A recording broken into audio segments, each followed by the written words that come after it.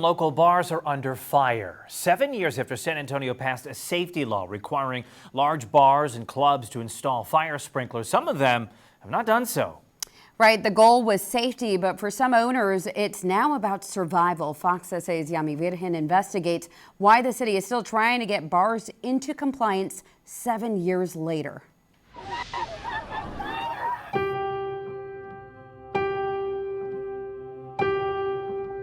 The deadliest nightclub fires in U.S. history is each one a tragic reminder of what happens when there is no way out.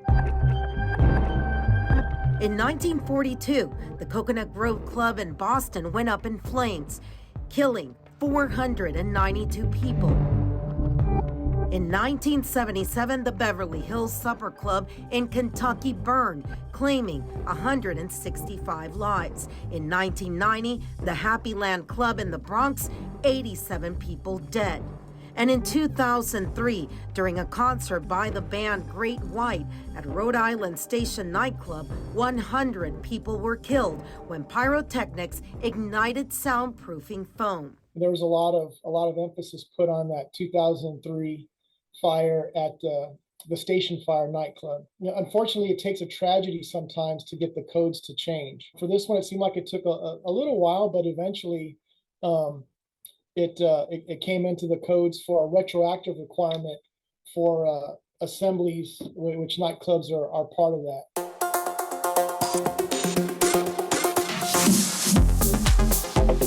In 2018, the city of San Antonio passed a fire ordinance that was meant to bring the entertainment scene up to international fire code standards.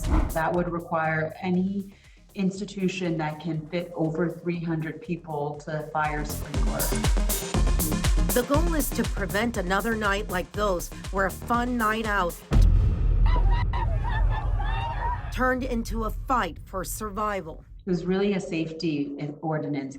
Councilwoman Sukur, who represents much of the downtown entertainment district, says the city gave bars and nightclubs 5 years to comply, but COVID changed everything. During COVID, that caused a huge break, and that was a challenge in itself. And at the end of the day, the goal is for us not to shut down businesses, it's to create safety. Deputy Chief Christopher Monastir says late in 2024, the fire department started handing out citations so the bars and clubs would install sprinkler systems to be up to code. We can't get out of the issue that the life safety issue is still there, and they're not in compliance, and we need to work to something.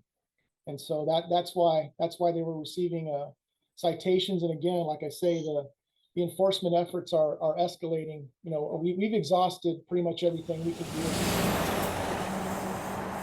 According to Monastir, several popular venues with occupancies over 299 must now comply, including The Heat, The Bonham, Paper Tiger, Club 727, Soundcheck, which is also called Volcano, and I-10 Ice House. If they don't, they're facing fines of up to $2,000 every 2 weeks. The owner of I-10 Ice House tells Fox SA they hired an architect and an engineer to lower occupancy below the threshold that requires them to install sprinklers. Councilwoman Kaur tells us the gallery on the Strip closed its doors in May. The owner of Southtown Joe's tells us he lowered occupancy below 300 to avoid closure. They said that there's a law that they are enforcing with above a certain occupancy, a sprinkled system is required. That particular building was 380 occupancy.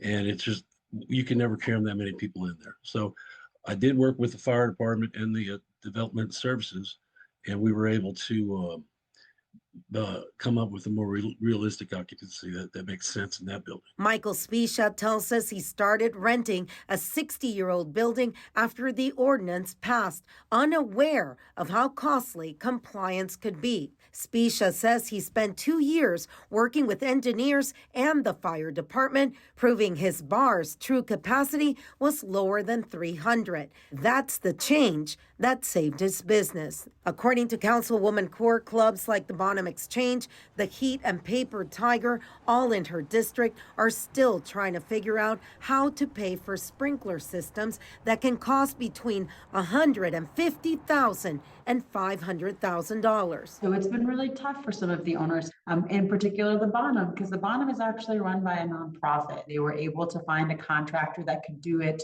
for a reasonable price. If our owners can show us that they have a plan, that they have a runway to actually executing on the sprinklers, they will hold off and give a little bit more grace.